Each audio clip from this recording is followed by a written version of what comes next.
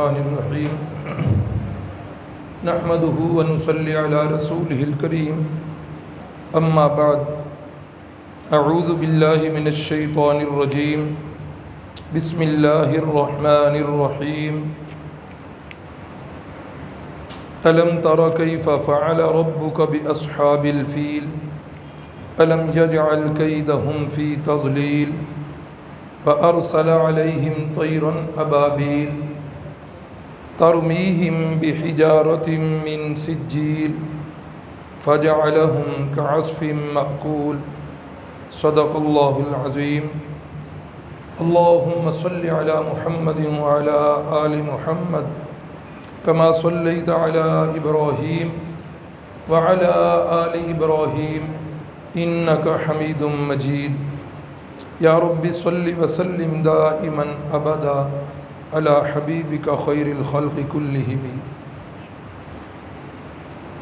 کل کے درس میں جو کچھ بیان کیا گیا تھا اس کا خلاصہ آپ حضرات وائٹ بورڈ پر دیکھ رہے ہیں کہ سیدنا ابراہیم خلیل اللہ ان کے دو بیٹے، ایک سیدنا اسماعیل علیہ السلام اور دوسرے سیدنا اسحاق علیہ السلام۔ سیدنا اسحاق علیہ السلام کی نسل سے ان کے بیٹے حضرت سیدنا یعقوب علیہ السلام اللہ کے نبی، ان کے بعد حضرت سیدنا یوسف علیہ السلام اللہ کے نبی، اور پھر یہ انبیاء بنی اسرائیل کا سلسلہ چلتے چلتے تقریباً 4000 کے قریب انبیاء کرام انہی کی نسل سے پیدا ہوئے، اور آخری نبی سیدنا عیسیٰ علیہ السلام، یہ انبیاء بنی اسرائیل کا سلسلہ۔ دوسرا سلسلہ جو چلا سیدنا اسماعیل علیہ السلام سے، یہ حضرت ابراہیم علیہ السلام کے دوسرے بیٹے ہیں، اور ان کی نسل سے یہ سلسلہ چل رہا ہے۔ یہ عدنان جو ہیں یہ رسول اللہ صلی اللہ علیہ وسلم کے غالباً 21ویں پشت پر یہ آپ کے باپ اور دادا ہیں۔ رحمت کائنات صلی اللہ علیہ وسلم جس وقت اپنا شجرہ نسب بیان فرمایا کرتے تھے، اس وقت آپ صلی اللہ علیہ وسلم یہاں تک ہی بیان فرمایا کرتے، عدنان تک، اور آگے آپ نے فرمایا کہ اس کے بعد جو سلسلہ نسب بیان کرنے والوں نے جوڑا ہوا ہے، فرمایا وہ جھوٹ ہی ہے۔ بہرحال یہاں تک یہ سلسلہ بالکل محفوظ ہے کہ سیدنا اسماعیل علیہ السلام کی اولاد میں عدنان، پھر کلاب، پھر قصی، عبد مناف، ہاشم، عبد المطلب، عبداللہ، اور ان سے سیدنا محمد الرسول اللہ صلی اللہ علیہ وسلم۔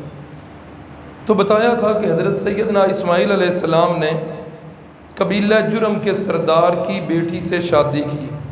یہ دیکھیں جہاں نقطے لگے ہوئے ہیں نا، تو یہ درمیان میں کافی زیادہ ہے، تو یہ جہاں تیر کے نشان ہیں یہ باپ ہیں، یہ ان کے بیٹے ہیں، پھر یہ باپ ہیں، یہ آگے ان کے بیٹے ہیں۔ ابھی میں مزید ان کا تعارف کروا دیتا ہوں۔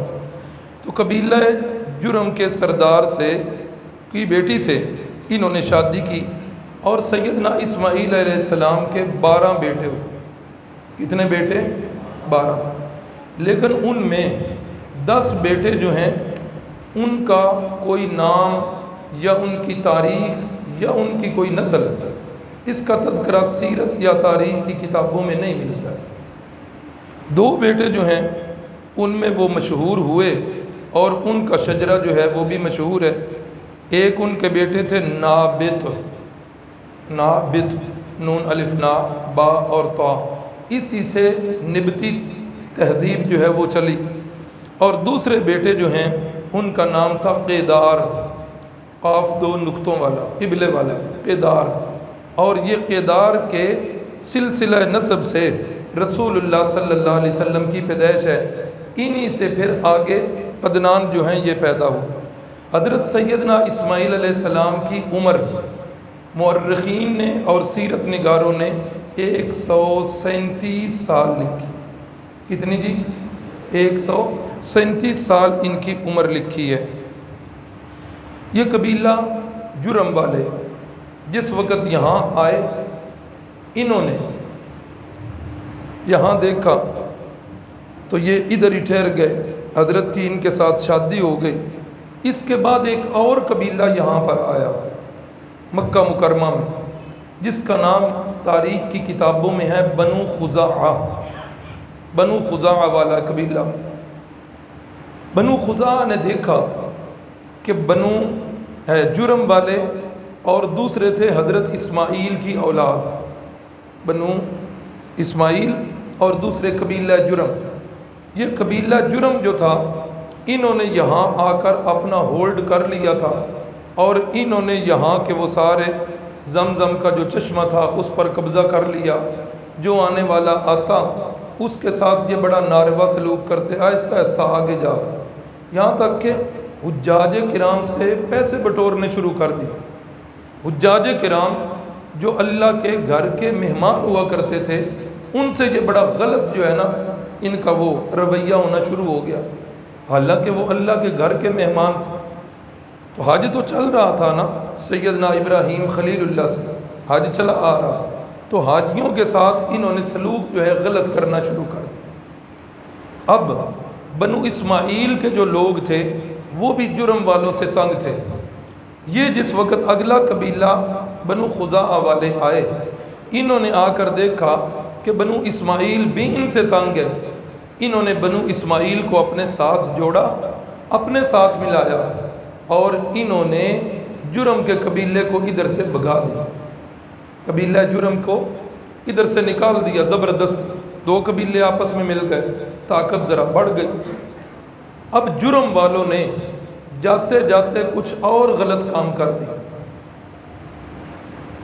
ایک بہت غلط کام جو انہوں نے کیا کہ وہ جو زمزم کا کنواں تھا، اس زمزم کے کنویں کو انہوں نے پاٹ دیا، بند کر دیا۔ بیت اللہ کے اندر جو تبرکات رکھے ہوئے تھے، دور دراز کے بادشاہوں نے تحفے تحائف بھیجے ہوئے تھے، کتابوں میں ملتا ہے، جس میں سونے کے ہرن تھے، اس طرح کی کئی چیزیں قیمتی، وہ بھی ساری انہوں نے کنویں کے اندر رکھی۔ حجر اسود کو بھی اکھیڑا، وہ بھی کنویں کے اندر رکھا، اور کنویں کو اوپر سے برابر کر دیا تاکہ کسی کو پتہ ہی نہ چلے۔ جاتے جاتے وہ یہ کام کر گئے۔ اب کیا ہوا؟ اس کے بعد بنو خزاعہ والے آئے۔ جرم والے جو ہیں تقریباً 2000 سال تک یہ ادھر رہے، قبیلہ جرم 2000 سال تک۔ اس کے بعد جو دور شروع ہوا یہ بنو خزاعہ کا، تو بنو خزاعہ والے تقریباً 300 سال تک یہاں کے حکمران رہے۔ ان 300 سالوں کے اندر مکے کا اقتدار انہیں حاصل رہا، اور پھر یہیں سے مکے پر قریش جو ہیں وہ قابض ہوئے۔ رسول اللہ صلی اللہ علیہ وسلم کے اجداد میں عبد مناف کا تذکرہ آتا ہے۔ عبد مناف کے دو بیٹے، ایک کا نام عبد الدار اور دوسرے کا نام ایک کا نام عبد مناف، یعنی قریش کے جو تھے نا، ان کے عبد مناف اور عبد الدار یہ دونوں بھائی تھے، اور عبد مناف اور عبد الدار، عبد مناف سے رسول اللہ صلی اللہ علیہ وسلم کا نسب نامہ جو ہے یہ ثابت ہے، اور یہ دونوں بیٹے تھے قصی کے۔ یہ آگے قصی کے دونوں بیٹے، ایک کا نام عبد مناف اور دوسرے کا نام تھا عبد الدار، اصل نام تھا ان کا مغیرہ، اور یہ رسول اللہ صلی اللہ علیہ وسلم کا نسب نامہ انہیں سے چلا دی۔ اب یہ بڑے اعلیٰ درجے کے لوگ تھے۔ رسول اللہ صلی اللہ علیہ وسلم نے فرمایا، مسلم شریف کی حدیث ہے، رحمت کائنات نے فرمایا، اللہ رب العزت نے اولاد ابراہیم میں سے اسماعیل کو چنا۔ چونکہ انبیاء کا جو نسب ہوتا ہے نا، بڑا اعلیٰ نسب ہوتا ہے، اونچے درجے کا نسب۔ آگے جا کر ایک بات آئے گی کہ کیسر روم نے جب حضرت ابو سفیان جو ابھی تک مسلمان نہیں ہوئے تھے نا، سوال و جواب کا تذکرہ سیرت سے جو تعلق رکھتے ہیں انہیں پتہ ہوگا، کہ وہ ایک لمبا سلسلہ ہے سوال و جواب کا، اپنی جگہ پر اس کی تفصیل آئے گی، لیکن اپنے موضوع کے مناسبت سے جس وقت کیسر روم نے ابو سفیان سے سوال کیا نا، کیف نسبہ، کہ وہ جس بندے نے نبوت کا دعویٰ کیا ہے اس کا نسب کیسا ہے، خاندان اس کا کیسا ہے، آباء و اجداد کیسے لوگ ہیں، تو باوجود اس کے کہ ابو سفیان اس وقت تک مسلمان نہیں ہوئے تھے، ہاں جادو وہ جو سر چڑھ کے بول رہے، ابو سفیان ابھی مسلمان نہیں ہوئے، فرماتے ہیں ہوا فی نازو نسب، ہمارے اندر ان کا نسب بڑا ہی اعلیٰ درجے کا ہے، ان کے آباء و اجداد بڑے اونچے درجے کے لوگ ہیں۔ اللہ اکبر۔ تو بعد میں جس وقت اس نے تجزیہ کیا حضرت ابو سفیان کے جوابات کا، تو فرمایا تم نے یہ بتایا کہ اس کا سلسلہ نسب بڑا اعلیٰ لوگوں کا ہے، تو کیسر روم کہتا ہے میں نے سابقہ کتابوں کا مطالعہ کیا ہے، ان کتب کے مطالعہ سے یہ بات سامنے آئی ہے کہ نبیوں کا سلسلہ نسب ہمیشہ اونچا ہوتا ہے، بڑی شرافت والے لوگ ہوتے ہیں، اسی لیے رسول اللہ صلی اللہ علیہ وسلم نے فرمایا اللہ رب العزت نے ابراہیم کی اولاد میں سے اسماعیل کو چنا، فرمایا پھر اللہ نے اسماعیل سے کنانہ کو چنا، فرمایا پھر کنانہ سے قریش کو چنا، اور فرمایا قریش سے اللہ نے بنو ہاشم کو چنا، اور پھر بنو ہاشم سے اللہ نے مجھے چنا۔ مسلم شریف کی روایت۔ اللہ اکبر۔ تو یہ قصی کے جو دو بیٹے عبد الدار اور عبد مناف، عبد مناف کے جو بیٹے تھے ان کا نام تھا ہاشم، بڑے وجیح، بڑے ٹھاٹ پاٹ والے، بڑے قد کاٹ والے، بڑے فیاض۔ اس وقت بیت اللہ کا نقشہ یہ نہیں تھا جو اب ہے، اب تو عالی شان ہوٹل 5 سٹار پتہ نہیں کیا کیا بن گیا۔ اس وقت کا زمانہ بڑا عجیب تھا، اس وقت ہوٹل وغیرہ نہیں تھے، لوگ جو دور دراز سے آیا کرتے تھے نا، تو یہ عربوں کی کئی خصوصیات ہیں، اسلام سے پہلے کئی خصوصیات ان میں سے تھی، ان میں ایک خصوصیت ان کی یہ تھی کہ یہ لوگ بڑے انتہائی اعلیٰ درجے کے مہمان نواز تھے، بڑے مہمان نواز، لوگوں کی بڑی مہمان نوازی کرتے تھے۔ تو رسول اللہ صلی اللہ علیہ وسلم کے یہ جو پردادا ہیں ہاشم، اور اسی نسبت سے رسول اللہ کا ایک لقب جو ہے وہ ہاشمی ہے، انہی کی نسبت سے۔ ان کا اصل نام جو ہے عمر ہے، ہاشم ان کا نام کیوں پڑا میں ابھی بتا دیتا ہوں۔ بڑے مالدار اور بڑے ہی فیاض تھے، اپنی دولت کو کیسے خرچ کیا روایات میں ملتا ہے، بہت بڑے بڑے پیالے جو ہے انہوں نے بنوائے، اس وقت برتن ایسے نہیں تھے، پیالوں کو اندر سے چربی کا لیپ کروایا، اور پھر اس کے اندر گوشت شوربے والا، اور اس کے اندر روٹیوں کے ٹکڑے، عرب کے اندر بڑی مشہور چیز سرید، رسول اللہ صلی اللہ علیہ وسلم نے بھی فرمایا سرید مجھے بڑی پسند ہے، یہ عربوں کا بڑا مرغوب کھانا ہے۔ تو یہ عمر جو تھے جن کا نام ہاشم مشہور ہوا، یہ کیا کرتے، روٹیوں کے ٹکڑے اس میں ڈال دیتے، یہ بڑی مرغوب غذا تھی، اور جو حجاج کرام دور دور سے آتے انہیں پھر یہ جو ہے نا فری میں کھلاتے تھے، اللہ کے گھر کا مہمان سمجھ، اور وہ یہ سمجھتے تھے کہ روٹی اس کے تو پیسے لیے ہی نہیں جا سکتے، جس طرح آج سے جو مجھ سے بہت بزرگ ہیں انہیں پتہ ہوگا، والد صاحب بھی ہمیں بتایا کرتے تھے اپنے بچپن کے علاوہ، ہمارے ادھر پنجاب کے اندر کوئی بندہ دودھ نہیں بیچا کرتا تھا، کہتے تھے کہ دودھ بھی کوئی بیچنے والی چیز ہے، یہ تو ہر گھر کی چیز ہے۔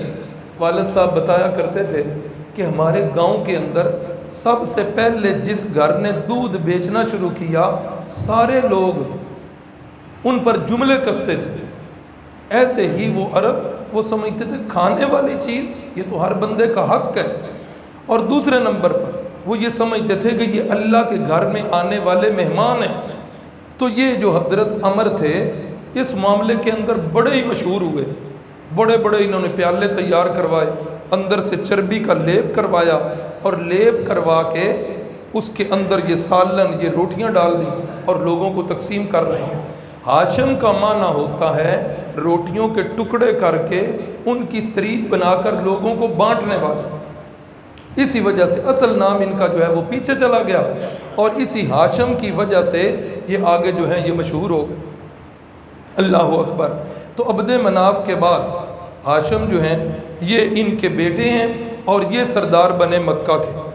پھر ہاشم کی وفات کے بعد ان کے بھائی جو تھے ان کا نام تھا مطلب. ان کے بھائی تھے ہاشم کے، یہ تو بیٹے ہیں نا، ادھر ان کے بھائی. تو ہاشم کے جو بھائی تھے ان کا نام تھا مطلب. مطلب جو ہیں وہ ان کے بھائی وہ سردار بنے. لیکن یہ جو تھے نا حضرت عمر ہاشم، انہوں نے خدمت کا بڑا کام کیا، بیت اللہ کی مہمان نوازی بڑی کی. ایک اور بات ان کی طرف منسوب ہوئی، بلکہ یہ موجد بنے. اور قرآن مجید کی جو سورت قریش ہے نا، لإیلاف قریش ایلافہم رحلۃ الشتاء والصیف، مکہ والے جو تھے نا ان کی اپنی معیشت کوئی نہیں تھی، اپنا کوئی خاص روزگار نہیں تھا. کیا کرتے تھے؟ سال کے اندر یہ 2 سفر کرتے تھے. ایک سفر شام کی طرف اور دوسرا سفر یمن کی طرف. یہ یمن اور شام کے 2 سفر. ایک شام کا سفر کیا، وہاں سے جا کر کچھ چیزیں خریدیں اور واپس گھر آ گئے. پھر یہاں کچھ عرصہ رہ کر پھر یمن کی طرف گئے، ادھر سے جو خریدی ہوئی چیزیں تھیں ادھر جا کر بیچیں، جو نفع ہوا اس کا اپنے گھر کا کھانے پینے کا سامان لیا اور کچھ اور چیزیں خرید لیں. پھر واپس گھر آئے اور پھر ادھر سے پھر جو ہے وہ ادھر چلے گئے، ادھر جا کر یہ تجارت. سال میں یہ 2 سفر. اس کے موجد جو ہیں یہ بھی ہاشم ہیں. انہوں نے سب سے پہلے یہ سفر کیا اور یہ شام کے سفر کے اندر جا رہے تھے جس وقت یہ یثرب، مدینہ تو نام اس کا بنا رسول اللہ صلی اللہ علیہ وسلم کی آمد کے بعد. یثرب جس وقت یہ پہنچے نا تو یہاں پہنچ کر انہوں نے بنو نجار کی ایک لڑکی سلمہ بنت عمر سے شادی کر لی. یہ کن کی بات ہو رہی ہے؟ ہاشم کی. شام کی طرف سفر کر کے جا رہے ہیں. جب یہ شام کی سفر میں درمیان میں یہ یثرب آتا تھا مدینہ، یہاں پہنچے، بنو نجار کی ایک لڑکی سلمہ بنت عمر، ان سے انہوں نے شادی کر لی. کچھ عرصہ یہاں رہے. شادی کے بعد پھر یہ آگے شام چلے گئے. یہ موجودہ دنیا کے نقشے پر فلسطین کی جو پٹی ہے غزہ کے نام سے مشہور ہے. غزہ کے نام والی اس پٹی پر جس وقت یہ پہنچے تو اس وقت ان کی یہاں پر وفات ہو گئی ان کی. اب ان کی بیوی جو تھی یہ حمل سے تھی. بعد میں ان کے ہاں بچہ پیدا ہوا، ہاشم کے ہاں بچہ پیدا ہوا. اور یہ جس وقت ہاشم کے ہاں بچہ پیدا ہوا، اتفاق دیکھیے کہ اس بچے کی پیدائش کے وقت اس کے سر کے بال کچھ سفید تھے بوقت پیدائش. تو چونکہ سر کے بال سفید کس وقت ہوتے ہیں؟ جب بندے پر بڑھاپا آ جائے. تو پھر کیا ہوا؟ پیدائش کے وقت سر کے بالوں کی سفیدی کی وجہ سے ہاشم کی بیوی سلمہ نے اس بچے کا نام رکھ دیا شیبہ. شیبہ کس کو کہتے ہیں؟ بوڑھے کو، کہ اس کے اندر بچپن میں ہی بڑھاپے والے آثار، اس لیے انہوں نے ان کا نام شیبہ رکھ دیا. یہ ساتھ لکھا ہوا عبد المطلب کا نام شیبہ. تو یہ شیبہ نام ہو جاتا ہے. بعد کے اندر نام تو عبد المطلب پڑ گیا. اس کی بھی وجہ میں بتا دیتا ہوں. ہوتا ایسے ہے نا، بچپن میں ایک نام جو زبان پر چڑھ جاتا ہے اصل نام پیچھے چلا جاتا ہے. بعد میں ان کا نام یہ عبد المطلب ہو گیا. اور یہ بھی کس وجہ سے ہوا وہ بھی میں بتا دوں. والد کی وفات ہو گئی ہے غزہ کی پٹی پر، بچہ والدہ کے پاس ہی ہے. اب پیچھے مکے والوں کو کوئی پتہ نہیں. کافی عرصے کے بعد انہیں پتہ چلا کہ ہمارے بھائی جو ہاشم تھے انہوں نے یثرب کے اندر ایک لڑکی سے شادی کی تھی، اس سے بچہ پیدا ہوا ہے جس سفر میں یہ جا رہے تھے. اب یہ بچہ جو ہے جس کا نام مطلب تھا، ہاں عبد المطلب، یہ بچہ شیبہ، یہ بچہ تقریباً 10-12 سال کے قریب، یہ ہاشم کے بھائی یہ مکے سے چلے ہیں تاکہ ہم اپنے بھائی کی نشانی جو ہیں وہ لے کے آئیں۔ جس وقت یہ مدینے کے باہر پہنچے، مدینے کے بچے جو ہیں وہ کھیل رہے تھے۔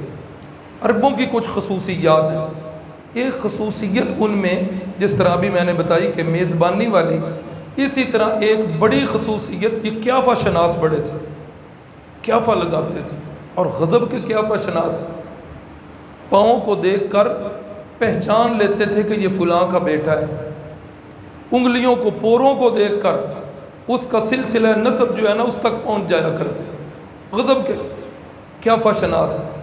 جس وقت بچوں کو کھیلتے ہوئے دیکھا نا تو انہوں نے پہچان لیا کہ یہ بچہ جو ہے یہ ہمارا بچہ۔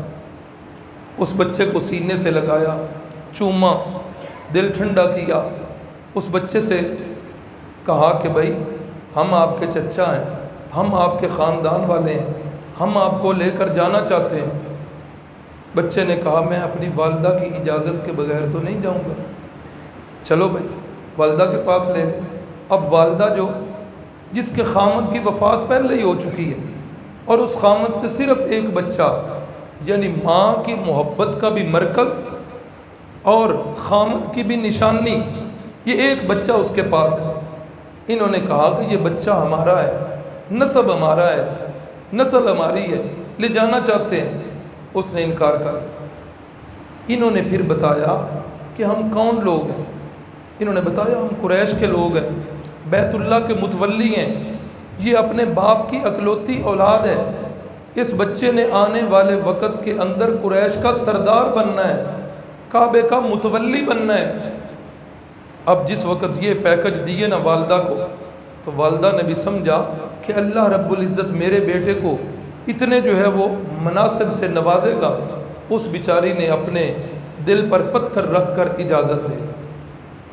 مطلب کو لے کر جس وقت ان کے چچا واپس آئے نا مکہ میں، اب یہ 12 سال کا بچہ ہے، سواری پر اپنے ساتھ سوار کیا ہوا ہے، واپس جس وقت آئے تو لوگوں نے دیکھا، انہوں نے کہا عبد المطلب، یہ مطلب کا غلام ہے، عبد المطلب ہے۔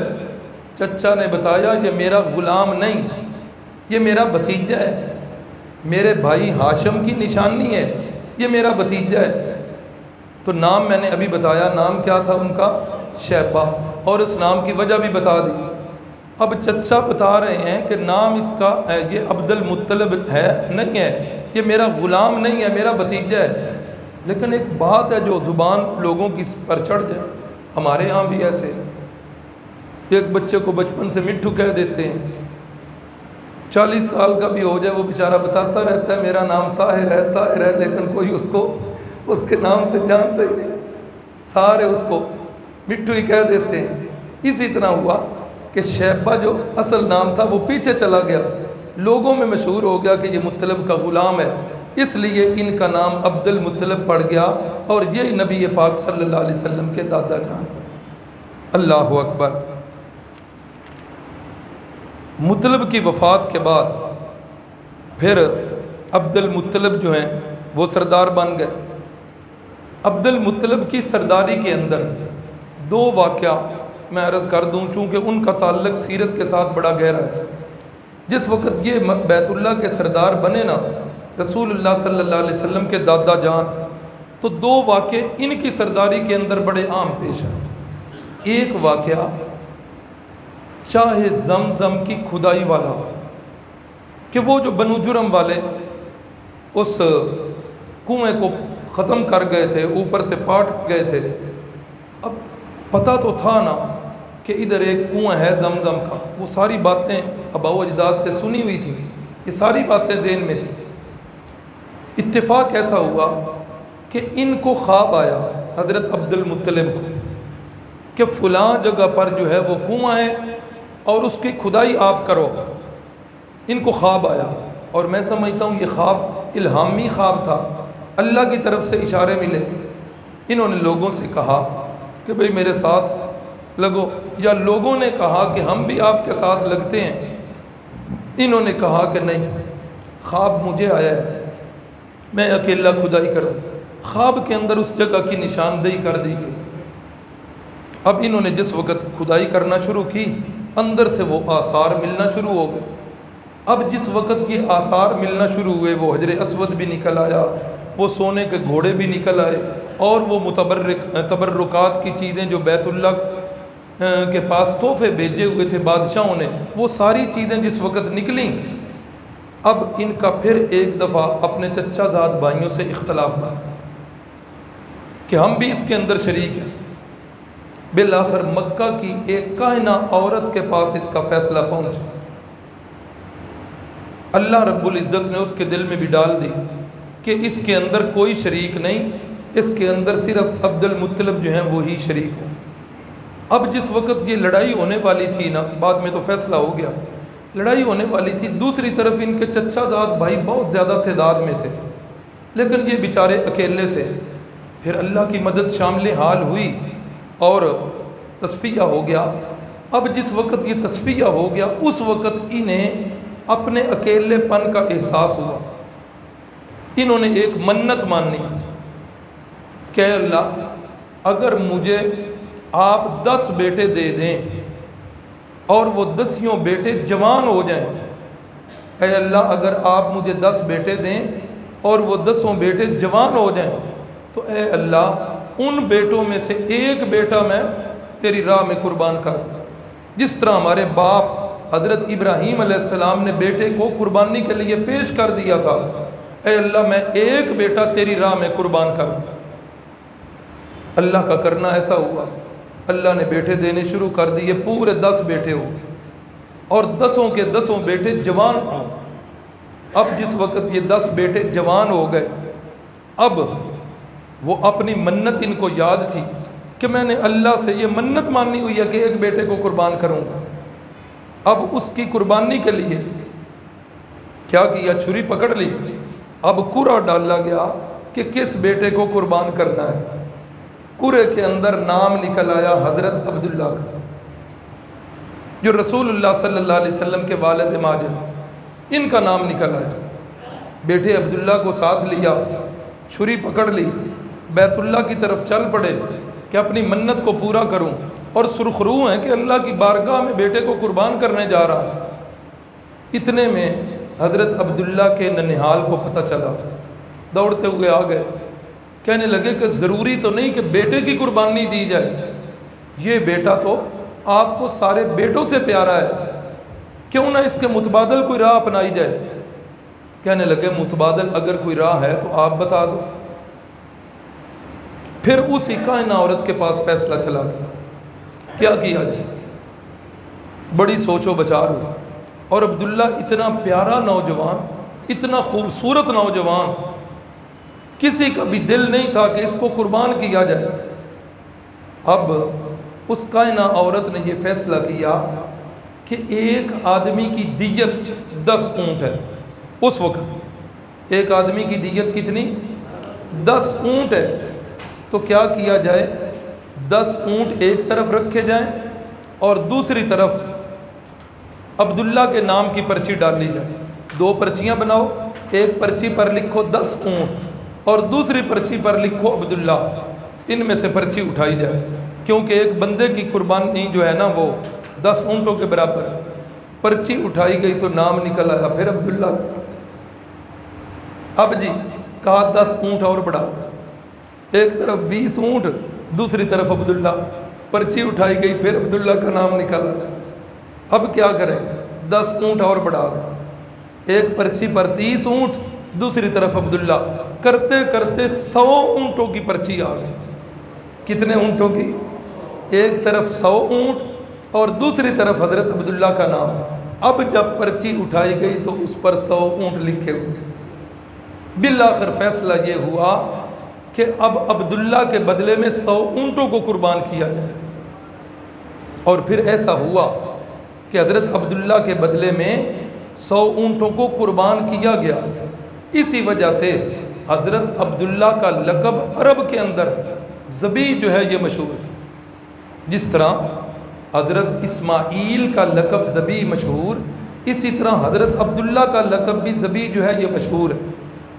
رحمت کائنات صلی اللہ علیہ وسلم ایک دفعہ تشریف فرما ہے صحابہ کی مجلس میں، ایک دیہات سے صحابی آئے پرانے جاننے والے، اور انہوں نے آ کر رسول اللہ صلی اللہ علیہ وسلم کی اس مجلس میں مخاطب کیا، فرمایا یبن الذبیحین، کدھر ہے دو ذبیحین کا بیٹا کدھر ہے؟ رسول اللہ صلی اللہ علیہ وسلم نے فرمایا انا ابن الذبیحین، میں ہوں دو ذبیحوں کا بیٹا۔ بات چیت ہوئی، وہ چلے گئے۔ صحابہ نے پوچھا یا رسول اللہ دو ذبیحوں کے بیٹے آپ کیسے ہیں؟ فرمایا ایک تو میرے باپ حضرت اسماعیل ہیں، وہ بھی ذبیح اللہ تھے، اور پھر آپ نے یہ سارا واقعہ سنایا کہ میرے باپ جو ہیں وہ بھی ذبیح ہیں، اور پھر ان کے بدلے کے اندر 100 اونٹوں کو ذبح کیا گیا، اس لیے یہ دیہاتی میرے آباء و اجداد کو جانتے تھے، اس لیے انہوں نے مجھے دو ذبیحوں کا بیٹا کہا۔ اللہ اکبر۔ تو یہ جو ہے نا، چاہے زمزم کی کھدائی تو یہ حضرت عبد المطلب نے اپنے زمانے میں کی، اور زمزم کا کنواں جو ہے اس کو اپنی اصلی صورت کے اندر رکھا۔ اللہ اکبر۔ حضرت عبداللہ کی شادی حضرت آمنہ کے ساتھ ہو گئی۔ حضرت آمنہ سے شادی ہوئی، حضرت عبداللہ کی عمر کوئی زیادہ نہیں تھی، 25 سال کے قریب ان کی عمر تھی کہ ان کی وفات ہو گئی۔ ان کے والد نے بھیجا تھا جاؤ اپنے سسرال اور وہاں سے کھجوریں لے کے آؤ، چونکہ جو گئے ہیں انہوں نے تو دیکھا اللہ تعالیٰ سب کو وہاں لے جائے، اللہ تعالیٰ حرمین شریفین کی رونقیں بحال فرمائے۔ تو انہوں نے بھیجا کہ جاؤ ادھر سے کھجوریں لے کے آؤ، تو جس وقت حضرت عبداللہ کھجوریں لانے کے لیے گئے تو ان کی وفات ادھر ہو گئی۔ 25 سال کی عمر ہے، اور رسول اللہ صلی اللہ علیہ وسلم اس وقت ابھی پیدا بھی نہیں ہوئے۔ گو کہ بعض سیرت نگاروں نے لکھا ہے کہ اس وقت آپ کی عمر 2 ماہ تھی، لیکن مشہور قول اور تحقیقی قول یہ ہے کہ آپ کی اس وقت تک پیدائش نہیں ہوئی۔ تو یہ ایک مشہور واقعہ جو ان کے دور حکومت میں پیش آیا، حضرت عبد المطلب کی دور حکومت۔ اور دوسرا واقعہ وہ بھی بڑا مشہور، وہ بھی ان کے زمانے میں پیش آیا، اصحاب الفیل والا واقعہ جو بھی میں نے سورہ مبارکہ تلاوت کی۔ یہ اصحاب فیل کا واقعہ بھی آپ نے سنا ہوا ہے، اشارہ صرف کہ یمن کا گورنر ہے، اور یمن اس وقت حبشہ کا صوبہ تھا اس وقت کے نقشے کے مطابق، اور روم اور فارس کے بعد تیسری عظیم قوت جو تھی یہ حبشہ کی تھی۔ اور نجاشی جو حبشہ کا بادشاہ تھا، یہ نجاشی بھی بڑا دبدبے والا تھا، روم اور فارس کے بعد اس کا بھی بڑا نام تھا۔ تو یہ یمن کا گورنر تھا، ابرہا اس کا نام ہے۔ ہوتا یہ ہے کہ جس وقت ایک قوت کو، ایک بادشاہ کو سیاسی طاقت مل جائے، بادشاہ بن جائے، اس وقت اس کی کوشش ہوتی ہے کہ میں مذہبی طور پر بھی قوت حاصل کروں۔ ابرا نے دیکھا کہ سیاسی طاقت تو مجھے حاصل ہو گئی ہے، اب میں کیا کروں؟ اب اس نے دیکھا کہ عرب کے اندر ایک بیت اللہ، لوگ اسے بیت اللہ کہتے ہیں، لوگ جو ہیں وہاں ہر سال جاتے ہیں حج کے لیے۔ اس نے کیا کیا، اپنے علاقے کے اندر ایک بڑا عالی شان مکان بنوا دیا۔ یہ بیت اللہ یہ تو کچی اینٹوں کا بنا ہوا تھا، اس نے اپنے علاقے کے اندر ایک بڑا عالی شان مکان بنوایا، اور لوگوں کو یہ کہا کہ آج کے بعد تم نے ادھر نہیں جانا حج کرنے کے لیے، عمرے کے لیے ادھر جانے کی ضرورت نہیں، میں نے اس سے کئی درجے خوبصورت یہاں پر جو ہے گھر بنا دیا ہے، اب تم نے حج اور عمرہ اس کا کرنا ہے۔ بھلا آپ بتائیے کہ بیت اللہ کا جو لوگ طواف کرتے ہیں، حج اور عمرہ کرتے ہیں، اس کی شان و شوکت کی وجہ سے کرتے ہیں یا اللہ کے گھر کی نسبت کی وجہ سے کرتے ہیں؟ اللہ کے گھر کی شان و شوکت کیا؟ اللہ اکبر۔ مجھے یاد ہے پہلی دفعہ جب میں عمرہ کر کے آیا تو میرے ایک دوست مولانا شفقت یاد چیمہ صاحب ایئرپورٹ پر ان سے ملاقات ہوئی، وہ کسی اور سلسلے سے گئے ہوئے تھے، تو ملتے ہی کہنے لگے سناؤ بیت اللہ سے جدائی کیسی ہے؟ میں نے کہا کہ اب تو نہ ہی پوچھو، الفاظ میں تو وہ بیان ہی نہیں کی جا سکتی کہ بیت اللہ سے جدائی کیسے ہوتی۔ کہتے ہیں کہ ہمارا یہ حال ہے، کیا حال ہوگا اس وقت رسول اللہ صلی اللہ علیہ وسلم کا جب اللہ کے نبی بیت اللہ کو چھوڑ کر جا رہے ہیں، کیا ان کا حال ہے؟ تو بہرحال اس نے وہ جو ہے نا بنوایا اور لوگوں سے کہا، اب لوگ ان کا رجحان ادھر نہیں ہوا، اب آگے دو روایات ہیں۔ ایک روایت یہ ہے کہ یہاں عرب کے کچھ لوگ وہاں گئے صنعاء کے اندر، جو اس وقت یمن کا دارالحکومت تھا، وہاں گئے، اس گھر سے تھوڑے عرصے پر انہوں نے کھانا پکانے کے لیے آگ جلائی، اور آگ کی کوئی چنگاری ادھر سے اڑی ہوا چلی اور وہ سیدھی اس گھر میں پہنچی، اور وہ اس کے جو سارے غلاف تھے ان کو جلایا اور وہ سارے کا سارا خاکستر ہو گیا۔ ایک روایت یہ ہے، اور دوسری روایت یہ ہے کہ عرب کا کوئی بندہ،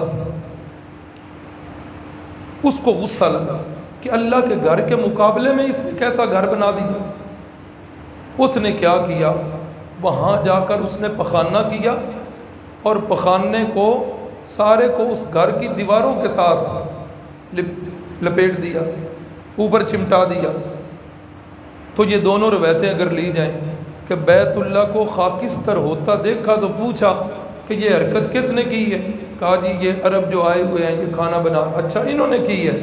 یا دوسری روایت کو لیا جائے کہ یہ پخانہ کس نے کیا، اس کو اس بات کا غصہ آیا اور اس نے کہا اچھا لوگوں کا رجحان نہیں ہو رہا، پہلے میں اس کا کام تمام کرتا ہوں، جب وہ میں ختم کر دوں گا تو پھر آٹومیٹکلی لوگوں کا رجحان ادھر ہو جائے۔ اس ارادے سے اس نے ایک 60,000 کا لشکر تیار کیا، اور اس لشکر کے اندر سب سے اگلا دستہ اس نے ہاتھیوں کا رکھا۔ ہاتھی اس وقت عرب کے اندر نہیں تھے، کیونکہ ہاتھی جو ہوتا ہے نا یہ جنگلوں میں ہوتا ہے، صحرا کے اندر ہاتھیوں کا کیا کام، پہاڑی علاقوں میں ہاتھیوں کا کیا کام۔ اب آگے آگے تھا وہ ہاتھیوں کا دستہ اور پیچھے 60,000 کا لشکر۔ آ گئے ہیں جی بیت اللہ کے قریب، مکے والے ڈر گئے، آج تک ایسا جانور دیکھا نہیں، بڑی ڈیل ڈول ہے، بڑی جسامت ہے، جانور ایسے ہیں تو ان کے سوار کیسے ہوں؟ اور مکے کے اندر کوئی فوجی نظام تو تھا نہیں، ان کی کوئی اپنی سپاہ یا فوج نہیں تھی، ڈر گئے بیچارے۔ کس ارادے سے؟ بیت اللہ کو ڈھانے کے ارادے سے۔ اب ہمارے اندر تو اس کو روکنے کی طاقت نہیں ہے، کہ سارے بیچارے پہاڑیوں پر چلے۔ حضرت عبد المطلب ان کے اونٹ جو ہے یہ ابرا کی فوج نے پکڑ لیا۔ اللہ نے ان کو بڑا حسن دیا ہوا تھا، چونکہ یہ رسول اللہ صلی اللہ علیہ وسلم کا سلسلہ نسب ہے، اور یہ سارا سلسلہ نسب ہی انتہائی حسین لوگوں کا، قد کاٹ بھی بڑا اونچا، شکل کے اندر روب اللہ نے بڑا رکھا ہوا تھا۔ اب جس وقت ان کے اونٹوں کو ابرا نے پکڑا، اس کے فوجیوں نے، یہ آ گئے، اور ان کے آنے کا انداز، پھر ان کی شکل و صورت، وجاہت، حسن، یہ ساری چیزیں دیکھ کر ابرا بڑا متاثر ہو، فوراً اس نے اپنے پاس بلا لیا۔ کہا جی کیسے آنا ہوا؟ کہا کہ آپ کے فوجیوں نے میرے اونٹ پکڑ لیے ہیں، تو میں ان اونٹوں کے سلسلے میں آیا ہوں کہ وہ میرے واپس کیے گئے۔ ابرا کہنے لگا بڑے عجیب بندے ہیں آپ، میں تو سمجھ رہا تھا کہ آپ اس سلسلے میں آئے ہیں کہ آپ اپنا ارادہ ترک کر دو اور واپس چلے جاؤ، تمہیں بیت اللہ کی کوئی فکر ہی نہیں ہے، تم اپنے اونٹوں کے لیے آئے۔ وہاں خواجہ عبد المطلب نے ایک جملہ بولا، فرمانے لگے آنا رب الابل، آنا رب الابل، میں اونٹوں کا مالک ہوں، یہ اونٹ میرے ہیں اور میں ان کا مالک ہوں، اس لیے میں ان کی بات کرنے آیا ہوں۔ وَلِلْبَيْتِ رَبٌّ، اور اس گھر کا بھی ایک رب موجود ہے، اس گھر کا بھی ایک رب موجود ہے۔ اور وہ ایسا نہیں کرنے دے گا، میں تو اپنے اونٹوں کے لیے آیا ہوں۔ خیر بات اس کے اوپر سے گزر گئی، اونٹ واپس ہو گئے۔ اب جس وقت وہ ہاتھی چلے نا جی آگے، اللہ کی طرف سے وہ جو حصار ہے، ریڈ لائن بیت اللہ کی دفاع والی، ہاتھی جس وقت وہاں پہنچتے ہیں تو اس سے آگے بڑھتے نہیں، وہاں پہنچے اس سے آگے بڑھتے نہیں ہیں۔ اب ان کو ہاتھیوں کو مارا جاتا ہے، نیزے لگائے جاتے ہیں، لیکن ہاتھی یہ سختیاں کھا کر برداشت کر رہے ہیں، آگے نہیں بڑھ رہے۔ اللہ اکبر۔ پھر اللہ رب العزت نے قدرت کا وہ شاہکار پیش کیا جو رہتی دنیا تک عبرت کا نشان بنا۔ اللہ رب العزت نے آسمان سے چھوٹے چھوٹے پرندے بھیجے، اور ان پرندوں کے ہاتھوں میں اور چونچ میں کنکر تھے چھوٹے چھوٹے، اور وہ کنکر آ کر انہوں نے پھنسائے۔ لوگوں کے اندر مشہور یہ ہے کہ یہ جو ابابیل ہمارے علاقے میں اڑتا ہے یہ پرندے تھے، کیونکہ قرآن میں بھی یہ لفظ آیا، الم تر کیف فعل ربک باصحاب الفیل الم یجعل کیدہم فی تضلیل ارسل علیہم طیرا ابابیل۔ لوگوں نے سمجھا یہ ابابیل، یہ ابابیل نہیں، وہ اللہ کی قدرت کا شاہکار تھا۔ ابابیل کا معنی جھنڈ در جھنڈ، غول در غول۔ اللہ نے وہ غول در غول پرندے بھیجے، اور ان کے 2 پنجوں میں اور ایک چونچ میں پتھر تھا، وہ پتھر انہوں نے برسائے۔ سوچنے کی بات یہ ہے، اللہ رب العزت کون کہہ کر بھی ان کو ہلاک کر سکتا تھا۔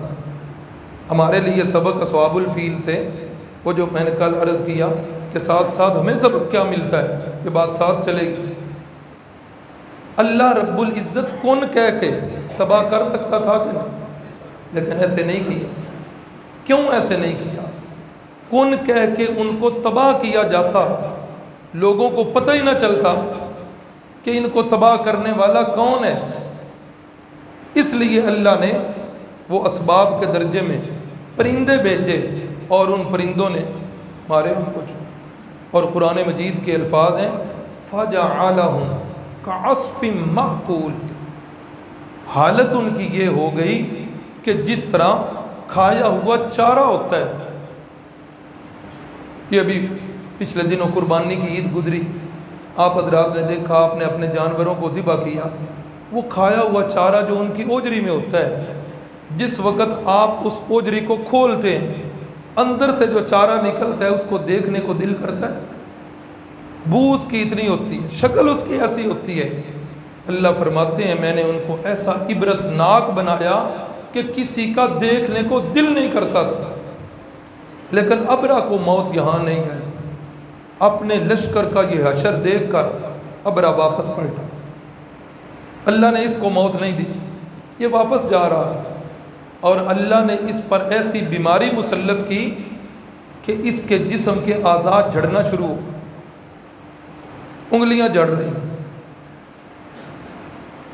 کان جڑ رہے ہیں، پاؤں کی انگلیاں جڑ رہی ہیں۔ تاریخ کی کتابوں میں یہاں تک لکھا ہے کہ اپنے یمن پہنچتے ہوئے ایسی اس کی شکل بن گئی تھی جس طرح مرغی کا چھوٹا سا چوزا، اس کے وہ اوپر سے سارے پر جو ہیں اتار دیے جائیں، اور اس کی نیچے جو صورت بنتی ہے اس طرح کی اس کی صورت بن گئی۔ اور جس وقت وہاں وہ پہنچا، لوگ دیکھ کر حیران رہ گئے، 60,000 کی فوج لے کر چلا تھا، ہاتھی اس کے ساتھ تھے، سامنے اس کے کوئی طاقت نہیں تھی، کوئی فوج نہیں تھی، کوئی منظم سپاہ نہیں تھی۔ کیا ہو گیا اس کو؟ شکست تو اس کے مقدر میں نہیں ہے۔ لوگوں نے اس کو دیکھا اور لوگ ماننے پر مجبور ہو گئے کہ کوئی بڑی طاقت نے اس کا یہ حشر کیا۔ پھر اپنے علاقے میں پہنچ کر لوگوں کے سامنے اللہ کا کرنا ایسا ہوا کہ اس کا سینہ جو ہے یہ پھٹا، اور اس کے اندر کا مال سارا باہر نکلا، اور اتنی عبرت ناک موت سے وہ مرا۔ تو یہ جو اصحاب الفیل کا واقعہ ہے یہ بھی کس زمانے میں پیش آیا؟ حضرت عبد المطلب کے زمانے میں۔ اور دوسری بات، رسول اللہ صلی اللہ علیہ وسلم کی پیدائش مبارکہ سے 50 دن پہلے یہ واقعہ پیش آیا۔ یہ اصحاب الفیل کا واقعہ رسول اللہ صلی اللہ علیہ وسلم کی پیدائش سے کتنے دن؟ 50 دن پہلے یہ پیش آئے، یعنی یہ پیش خیمہ ثابت ہو رہا ہے کہ اب ساری قوتیں جو ہیں یہ دنیا سے مغلوب ہوں گی، اب اس کائنات پر ایک اللہ کی قوت جو ہے وہ غالب ہو۔ رحمت کائنات صلی اللہ علیہ وسلم، بعض مورخین نے 55 دن لکھے ہیں لیکن تحقیقی قول 50 دن ہو گئے۔ پھر جی وہ مبارک ساتھ آ گئی، وہ مبارک گھڑی آ گئی جس کے لیے حضرت ابراہیم علیہ السلام نے دعائیں کی تھیں، حضرت عیسیٰ نے بشارتیں دی تھیں، اور خود رحمت کائنات صلی اللہ علیہ وسلم نے ایک موقع پر فرمایا انا دعوت ابی ابراہیم، میں اپنے باپ حضرت ابراہیم کی دعا ہوں، وَأَنَا بُشْرَى عیسیٰ، اور میں عیسیٰ کی خوشخبری ہوں۔ وہ مبارک گھڑی آ پہنچی تھی جس گھڑی کے اندر میرے پیارے محبوب کی پیدائش ہو رہی ہے، وہ مبارک ساتھ جس گھڑی کا زمانوں سے انتظار تھا، جس گھڑی کے لیے زمانے منتظر تھے، وہ مبارک گھڑی آ پہنچی۔ اور وہ مبارک گھڑی جس وقت پیش آئی، امت کا اس پر اجماع ہے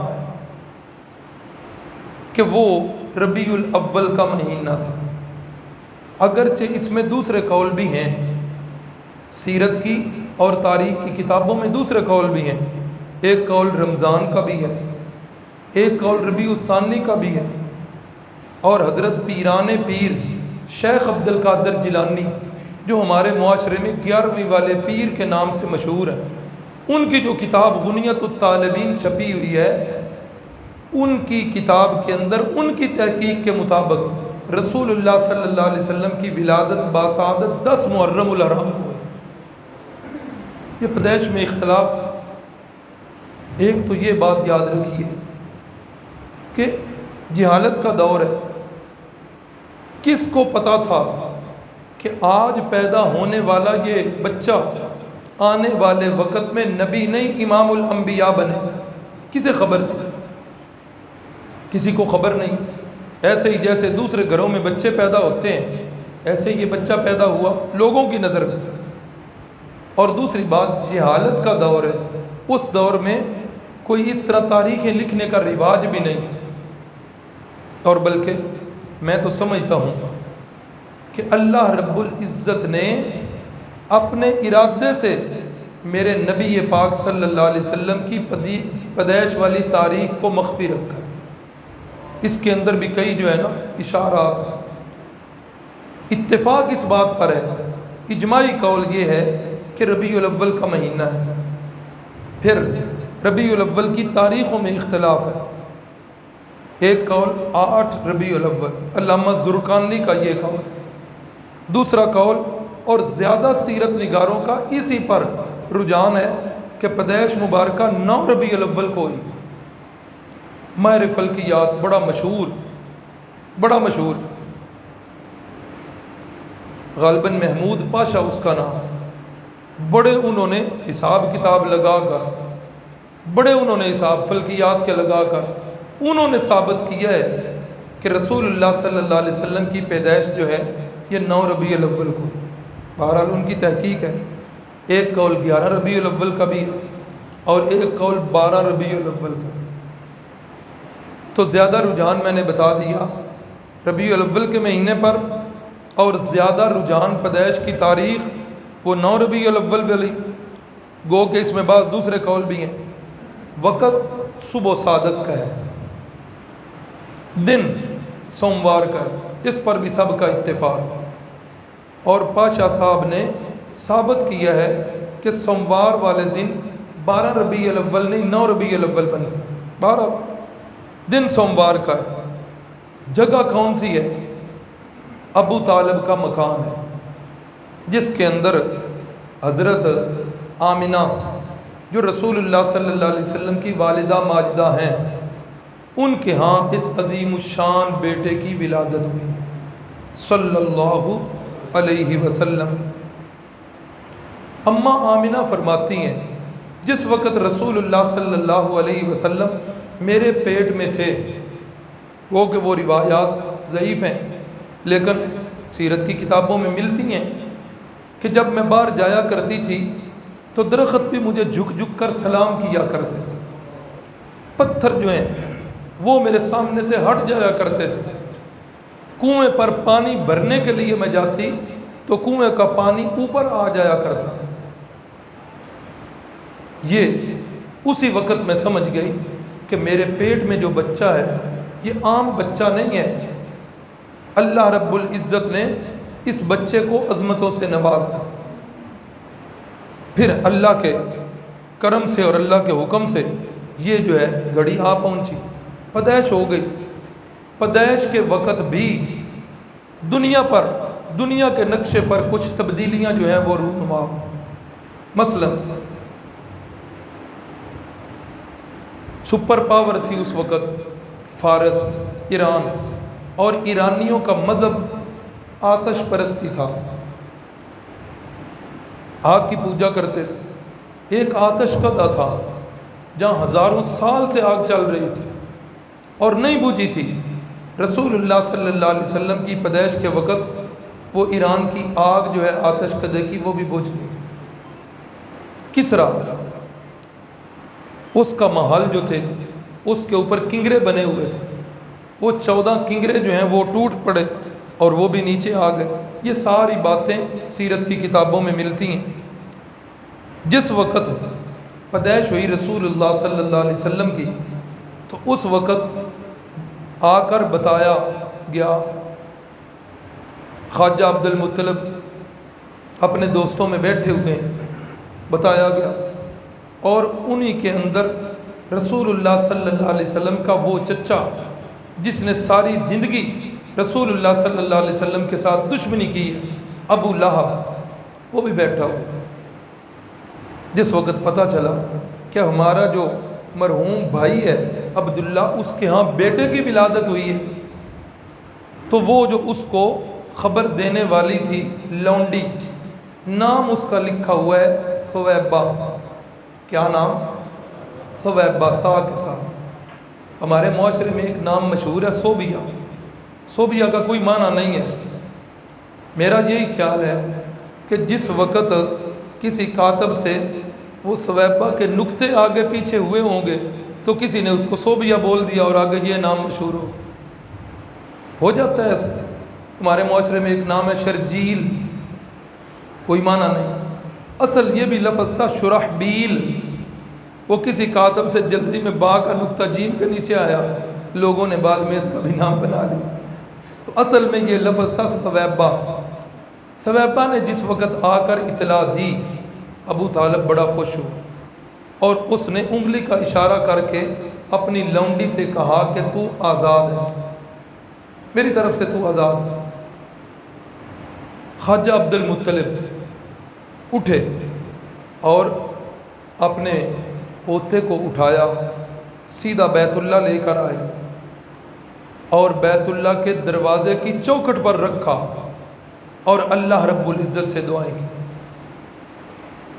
بخاری شریف کے اندر ایک حدیث ہے کہ خواب کے اندر کسی بندے کو ابو لہب ملا، خواب کے اندر۔ اب کس بندے کو ملا نام کوئی نہیں ہے۔ اس بندے نے پوچھا ابو لہب سے کہ بتاؤ کیسا حال ہے؟ کہا باقی تو ساری جو ہے نا سزا مل رہی ہے اور میرا جسم متاثر ہے، لیکن جس انگلی کے ساتھ میں نے اپنی لونڈی کو آزاد کیا تھا وہ انگلی جو ہے وہ بچی ہوئی ہے۔ ایک روایت میں ہے کہ اس انگلی کی مقدار مجھے پانی دیا جاتا ہے اور دوسری روایت میں ہے کہ اس انگلی سے چوستا ہوں تو پانی نکلتا ہے، اتنا مجھے اس کا فائدہ ہوتا ہے۔ لیکن قرآن مجید کے الفاظ پہ غور کیجئے، قرآن مجید کے الفاظ کیا ہیں؟ تبت یدا ابی لہب۔ کیا معنی؟ اتنا تو معنی آپ بھی جانیں، ٹوٹ گئے ہاتھ، نہیں دونوں ہاتھ۔ یدا اصل میں یدان ہی تھا، وہ نون تثنیہ کا اضافت کا وقت گر جاتا ہے ٹوٹ گئے دونوں ہاتھ ابو لہب کے، وتبا، خود بھی تباہ و برباد ہو گئے، ما اغنا عنہ مالہ وما کسب، اس کے مال نے اسے فائدہ نہیں دیا، جو اس نے عمل کیے ان عملوں نے اس کو فائدہ نہیں دیا۔ اب قرآن کہے کہ ابو لہب کے دونوں ہاتھ ٹوٹ جائیں، ٹوٹ گئے، انگلی جو ہوتی ہے یہ ہاتھوں میں ہوتی ہے یا ہاتھوں سے باہر ہوتی ہے؟ ہاتھوں کے اندر۔ قرآن کہہ رہا ہے اس کے دونوں ہاتھ ٹوٹ گئے۔ جس کو آزاد کر رہا ہے لونڈی اس وقت مال تجارت تھی، قرآن کہہ رہا ہے ما اغنا عنہ مالہ، اس کے مال نے اسے فائدہ نہیں دیا۔ یہ قرآن کا فیصلہ۔ چلیے جی آگے، حضرت خواجہ عبد المطلب نے دعا کی بیت اللہ کی چوکھٹ پہ رکھ کر۔ 7واں دن جس وقت ہوا تو 7ویں دن عقیقہ کیا گیا، اور جناب خواجہ عبد المطلب نے اپنے پوتے کا نام رکھ دیا محمد، بآواز بلند صلی اللہ علیہ وسلم، محمد صلی اللہ علیہ وسلم۔ یہ نام رکھا جا رہا ہے کس وقت میں؟ جس وقت لوگ اپنے بچوں کے نام رکھ رہے ہیں، یہ عبد العزیٰ ہے، عزیٰ کا بندہ، یہ عبد الشمس ہے، سورج کا بندہ، یہ عبد مناف ہے، مناف بت کا بندہ۔ جس وقت ناموں کے اندر شرکیہ نام ہے، اس وقت خواجہ عبد المطلب اپنے بیٹے کا، اپنے پوتے کا نام کتنا پیارا رکھ رہے ہیں۔ اور علامہ ابن کثیر رحمہ اللہ نے لکھا کہ کسی بندے نے سوال کیا خواجہ عبد المطلب سے کہ یہ نام آپ نے بڑا عجیب رکھا، اس نام کا تو معاشرے میں کوئی بچہ نہیں ہے، پہلی دفعہ نام سن رہے ہیں۔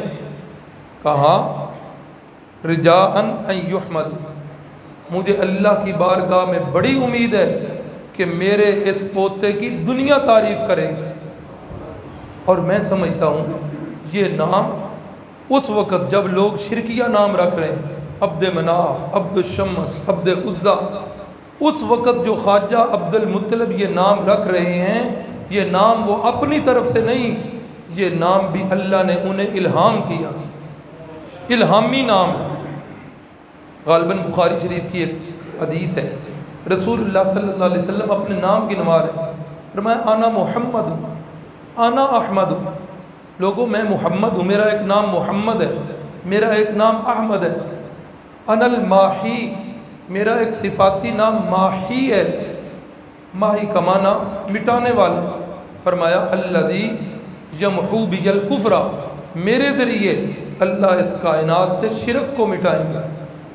انا العاقب، میرا ایک نام عاقب بھی ہے، عاقب کا معنی الذی لیس بعدہ نبی، جن کے بعد کوئی اور نبی نہ آنا ہو اسے عاقب کہتے ہیں۔ یہ مشہور نام، صفاتی نام، اصل یہ دو نام ذاتی ہیں، ایک محمد اور دوسرا احمد، اور یہ رسول اللہ صلی اللہ علیہ وسلم اس میں بامسمہ بنے، اس میں بامسمہ کہ جو نام رکھا گیا تھا پھر ایسا ہوا، واقعی کائنات نے تعریفیں کی ہیں، لیکن جب ڈکشنری میں اس کا معنی دیکھا جاتا ہے محمد کا معنی، تو ڈکشنری والے، عام ڈکشنری والے، لغت کی کتاب والے اس کا معنی لکھتے ہیں کہ جس ذات کی تعریف کی گئی ہو۔ کیا معنی لکھتے ہیں؟ جس ذات کی تعریف کی گئی ہو۔ جب میں ایک طرف آپ کی ذات گرامی کو دیکھتا ہوں، دوسری طرف اس معنی کو دیکھتا ہوں، تو یہ معنی جو ہے آپ کی ذات مقدسہ سے مجھے انتہائی ہیج معلوم ہوتا ہے کہ یہ معنی آپ کی شایان شان نہیں ہے۔ جس ذات کی تعریف کی ہے، تعریف تو فرشتوں کی بھی ہو رہی ہے، قرآن نے جبریل امین کی تعریف کی ہے، تعریف تو اللہ کے ولیوں کی بھی ہو رہی ہیں، تعریفیں تو اس کائنات کے اندر علماء کی بھی ہو رہے ہیں، بلکہ اور تو اور رہ گیا، تعریفیں اس کے کائنات کے اندر پہلوانوں کی بھی ہو رہی ہیں، گویوں کی بھی ہو رہی ہیں، گلوکاروں کی بھی ہو رہی ہیں، وہ جنہیں کبھی ہمارے وڈیرے کنجر اور مراسی اور ڈوم کہتے تھے، آج ہم نے ان کی تعریفیں کر کے انہیں گلوکار، ایکٹر اور قوم کا ہیرو بنا دیا۔ ہم ان کی تعریفیں کر رہے ہیں، تو یہ معنی آپ صلی اللہ علیہ وسلم کی ذات کے ساتھ جچتا نہیں ہے۔ لغت کی ایک کتاب ہے مفردات، ایران کے اندر ایک شہر ہے اصفہان، وہاں کے ایک بہت بڑے لغت کے امام گزرے علامہ راغب اصفہانی، انہوں نے اس لفظ کا معنی کیا اور کیا کمال معنی کیا۔ مفردات ان کی وہ لغت کی کتاب کا نام ہے۔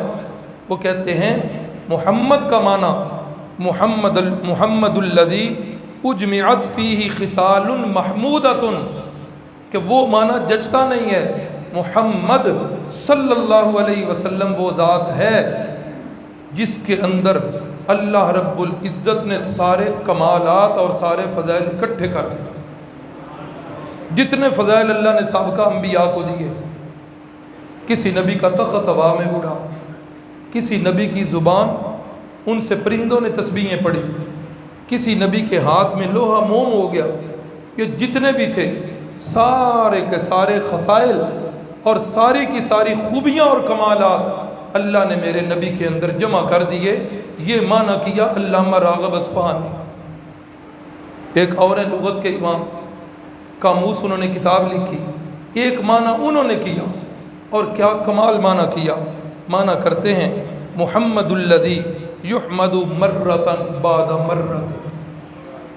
کوئی لوگوں، محمد اس ہستی کو کہتے ہیں جس ہستی کی تعریفوں کے اندر کوئی زمانہ خالی نہ گیا ہو، ہر زمانہ اس کی تعریفیں کرے۔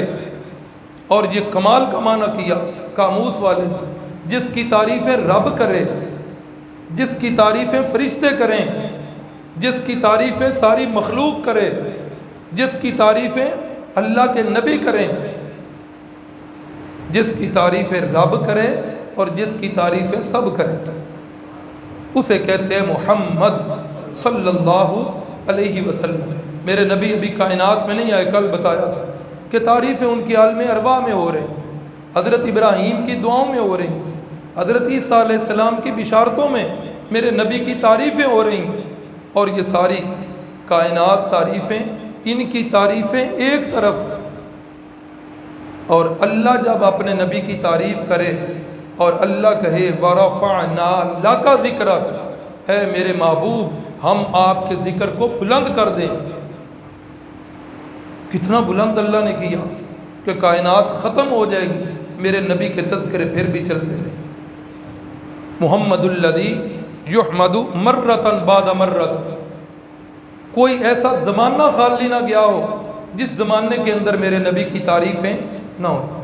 تو بہرحال یہ نام الہامی نام رکھا دادا جی نے، اور اللہ نے ان کے دل میں الہام کیا۔ عربوں کے اندر ایک دستور تھا کہ خالص زبان کے لیے اور خالص ماحول کے لیے وہ اپنے بچوں کو دیہات میں بھیج دیا کرتے تھے۔ اور یہاں بھی رسول اللہ صلی اللہ علیہ وسلم نے سب سے پہلے اپنی والدہ کا دودھ پیا، اس کے بعد آپ کے والد محترم حضرت عبداللہ نے جو آپ کے ترکے میں چھوڑی تھی چیزیں، کچھ اونٹ تھے اور ایک لونڈی تھی، اور اس لونڈی کا اصل نام تو آج شاید کسی کو یاد نہ ہو، برکہ اس کا اصل نام تھا، لیکن مشہور نام اس کا ام ایمن ہے۔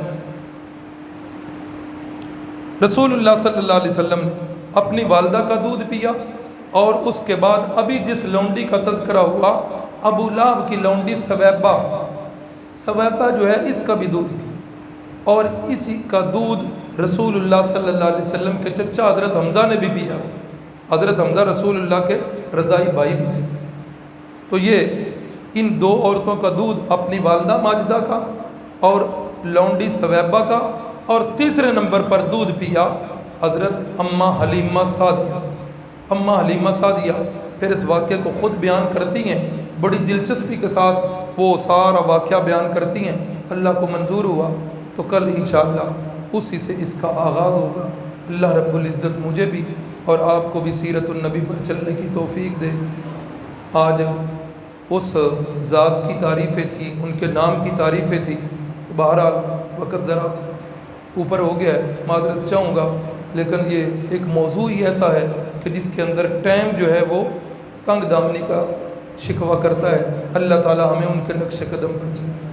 بسم اللہ الرحمن